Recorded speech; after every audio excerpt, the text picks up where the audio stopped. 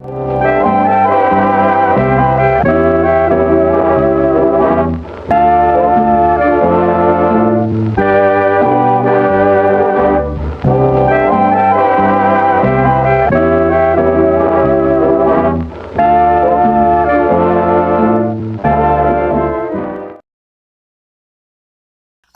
13th, 1943. Dear Charlie, your letter made me laugh. Toss a basket of jawbreakers at Fairbanks. Can you imagine? I'll go ahead and say that your estimation in my book has risen even higher. I love to laugh, but it happens so rarely these days. Anyone who can successfully make me laugh moves decidedly into my best graces. So I suppose what I'm saying is there is a strong possibility we can move from the friend category to the something sweeter category by the end of our time together next Saturday. Spending the day together sounds swell. Dinner sounds swell. And if we can find a dance after, I'd be thrilled to cut a rug with you until midnight. But I have to warn you, after that I turn into a pumpkin. My train leaves at 0500 on Sunday, so I need to be back at my hotel and catching some shut-eye very soon after. Are you sure you want to waste half the day as mere friends? Thank you for all your kind words from my father. Ruby and I are very proud of him, but I am very sorry to have to disappoint you at the last minute where meeting him is concerned. Unfortunately, the General was unexpectedly called away to London last night. The telegram came directly from General Eisenhower himself. We're uncertain as to when he will return. He was eager to meet you, though, Charlie.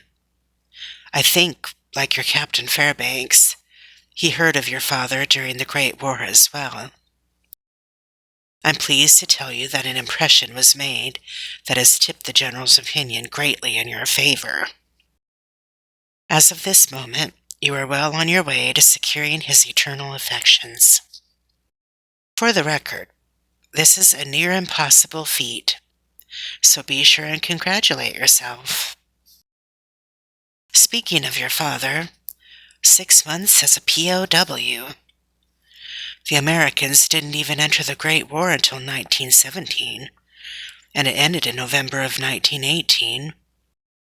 That means your father wasn't released from Germany until 1919 at the earliest, after the war was over. How truly terrible for your mother. It's no wonder her feelings have stayed so strong all these years. I'm so sorry, Charlie. As to being my father's secretary, I love it. I was never cut out for nursing like Ruby. Show me blood and I faint dead away.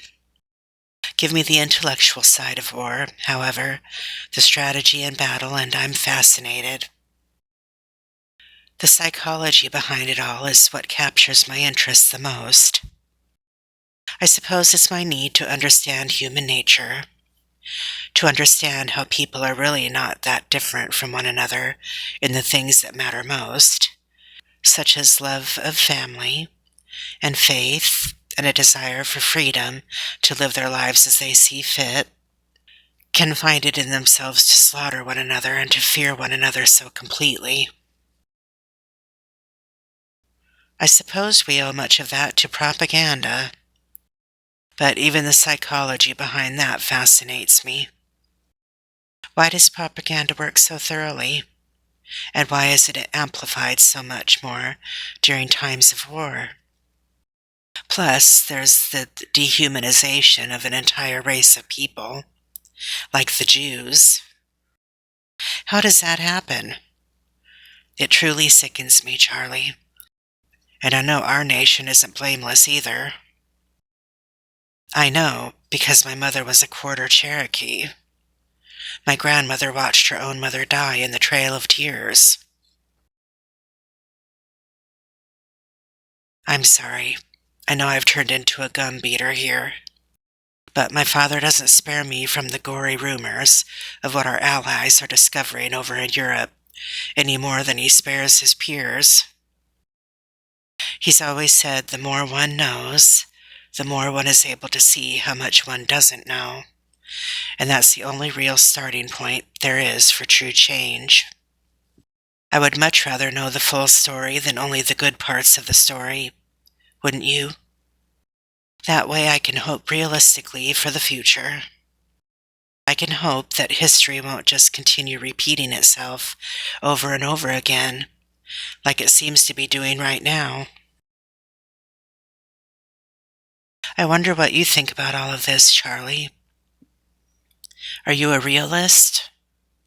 Or are you an unconquerable optimist? Oh, how I hope you're the latter. As much as I feel the need to look at the world well-informed and realistically, unconquerable optimists are truly a breath of fresh air. I'm glad training is going well. I know it's strange for me to say when your letter just said it's going as rough as ever, what with rock climbing and the like.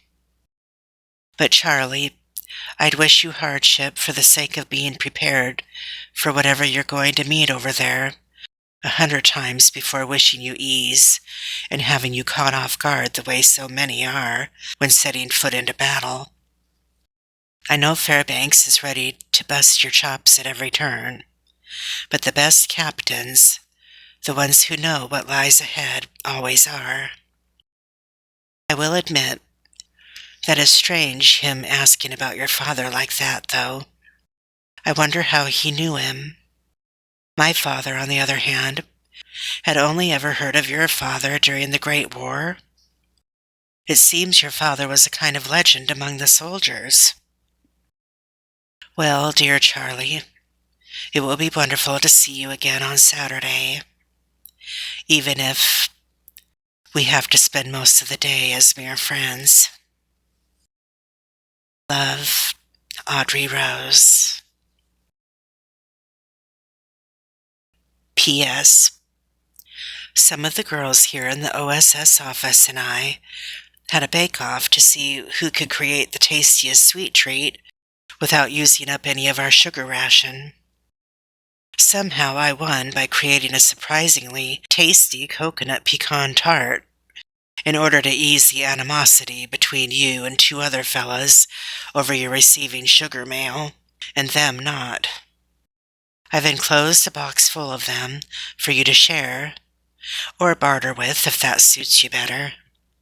Just don't eat them all at once.